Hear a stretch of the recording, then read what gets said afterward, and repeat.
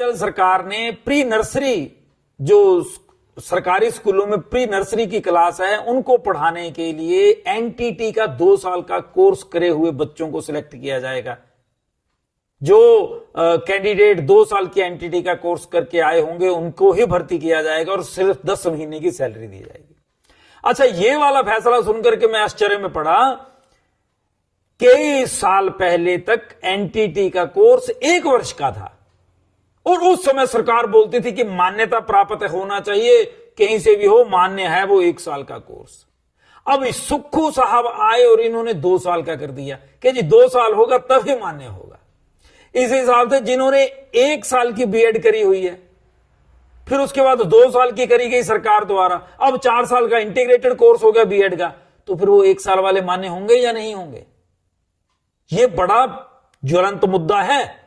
लेकिन दुख है कि जनता सोई रह गई। जनता को पता होना चाहिए कि 10 महीने की सैलरी का क्या मतलब हुआ। 2 महीने वो लोग क्या करेंगे, उनका घर कैसे चलेगा? जो लोग प्री नर्सरी के बच्चों को पढ़ाएंगे, एनटीटी का 2 साल का कोर्स करके गवर्नमेंट ने सिलेक्ट कर लिया, लेकिन 10 महीने की तनख्वाह देंगे, 2 महीने की सैलरी नहीं दी जाएगी। क्यों नहीं दी जाएगी? घर में खाना नहीं खाएंगे वो, उनके परिवार का कैसे सर्कल चलेगा?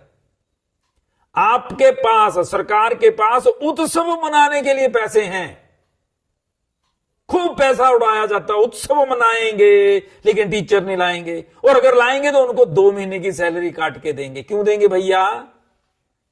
आप तो विधानसभा में जाते हैं कितने दिन? एमएलए और मंत्री कितने दिन जाते हैं विधानसभा में?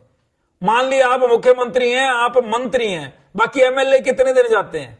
कौन से ऑफिस में चले जाते हैं? वो क्या काम करते हैं? फिर तो उनकी सैलरी भी दिन के हिसाब से, 9 वर्क 9 पे के हिसाब से होनी चाहिए थी, लेकिन ऐसा नहीं है।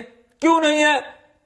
क्योंकि चोर चोर मसेरे भाई, सारे लोग विधानसभा में एक हो जाते हैं, जितना मर्जी कुछ बोल रहे हैं, उसके बाद बोलते हैं हम तो हैं तो एक ही, हम तो एक जैसे हैं। लेकिन जनता गलत है। जनता को बड़ा ध्यान देना चाहिए इस बात पे।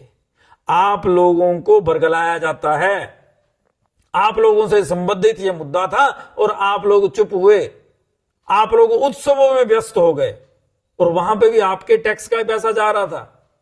ये किसी के बाप का पैसा नहीं है, कोई नेता नहीं खर्चता इस पैसे को, ये आपकी जेब से ही निकाला जाता है।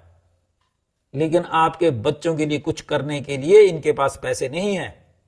और अगर आप लोगों में से कोई सरकारी एम्प्लॉय रख लिया जाए तब इनको सैलरी बहुत चुभती है। अपने पैसे ये ध्वनि मत से पास कर लेते हैं कि ये ध्वनि मत से हमने अपनी सैलरी बढ़ा ली।